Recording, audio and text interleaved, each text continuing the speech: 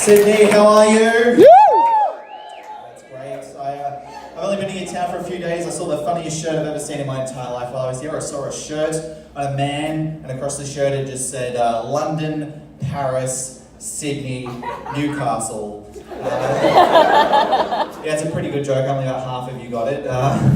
If you haven't missed it, I'll explain to you. It is subtle, so don't fret. I don't want anyone to miss out on this great joke. So what they've done, the makers of this shirt with this joke, is what they've written. So funny, so good. So what they've done is they've gone and listed 3 places with nightlife and culture, and then Sydney.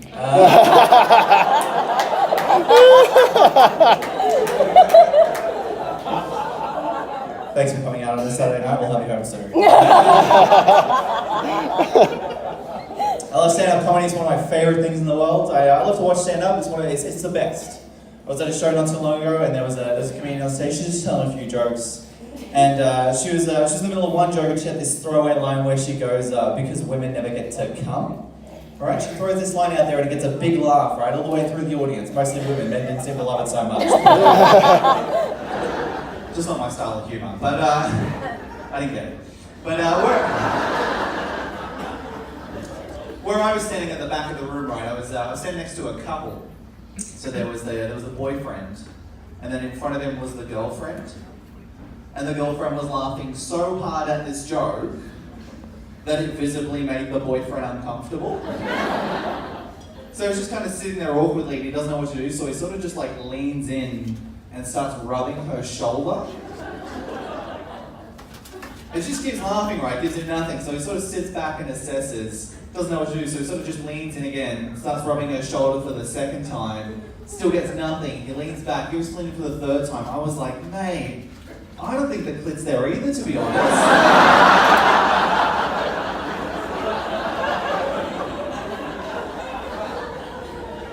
Maybe give it another crack. Yeah.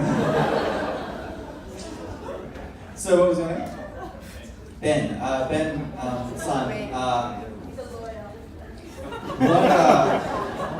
What position do you think your parents were in the night that you were being conceived? You're not sure? You can think about it. Think about it deeply, and then relate it to me, so I can tell it to the rest of these people.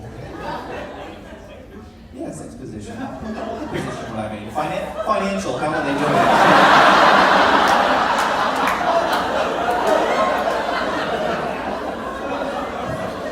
You look like you had a poor childhood. No. What sex position do you think your parents were in the night that you were being conceived? You'd say missionary, okay. What about you? What position do you think your parents were in the night that you were being conceived?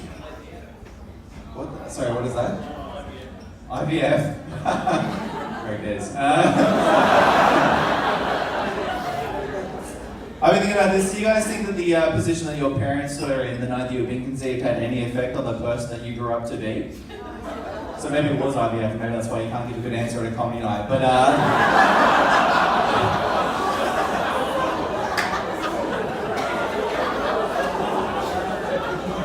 maybe your mum was on top and you just sort of go with the flow. Maybe your dad was on top, that's why you just fucking pound through life not knowing what you're doing. I like to think my parents were fucking reverse cowgirl. Just because I'm like kind of interesting to look at, but once you get to know me, people are just like, actually this is uncomfortable for everyone. So...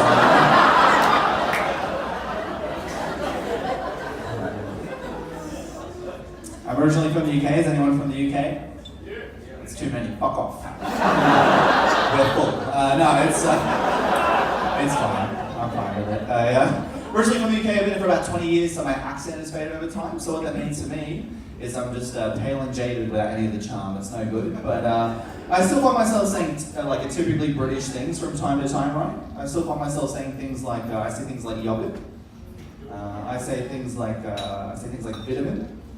I say things like all of that land that was yours now belongs to me. Like things like that just come up. It's been a big week in the news. Nazis making a big comeback. Has everyone seen this?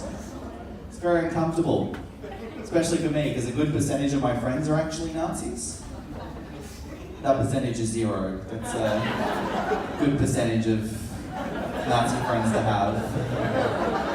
Some of you look at my haircut like, how much does he actually hate the Nazis? It's still a bit. I actually went to America during the whole race riot stuff. America is a very tense country, and I had a good time though. I spent a lot of time away from the city, so I didn't really see it. I went to a lot of national parks and had a pretty good time. But there's still things that you need to be worried about in national parks. They have fucking vicious wildlife over there, right?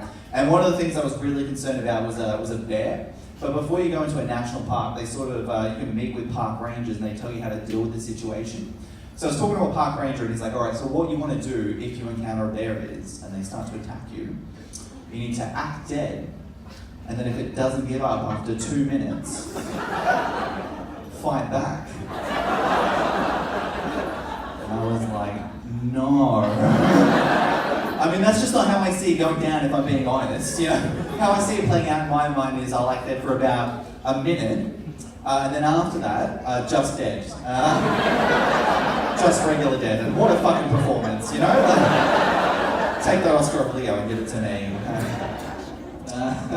All right, a little bit of round of applause if you guys like to, if you like to masturbate.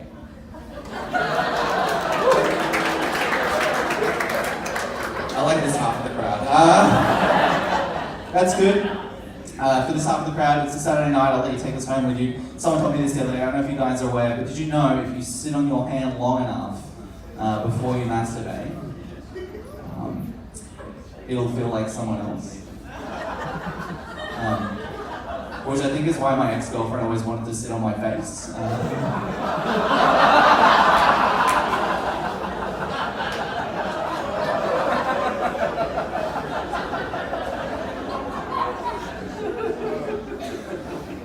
Okay.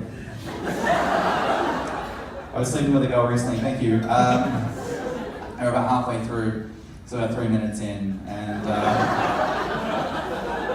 I'm a nice guy, right? I want to make sure she's having a good time. I want to make sure she's having fun. So I was like, hey, this is like good for you. And she goes, yeah, it's all right. But I could really use a cigarette, which is not a good feeling if I'm being honest, guys. When you're inside of someone, you're like, hey, this is like good for you. And they're like, yeah, but you know what'd be better?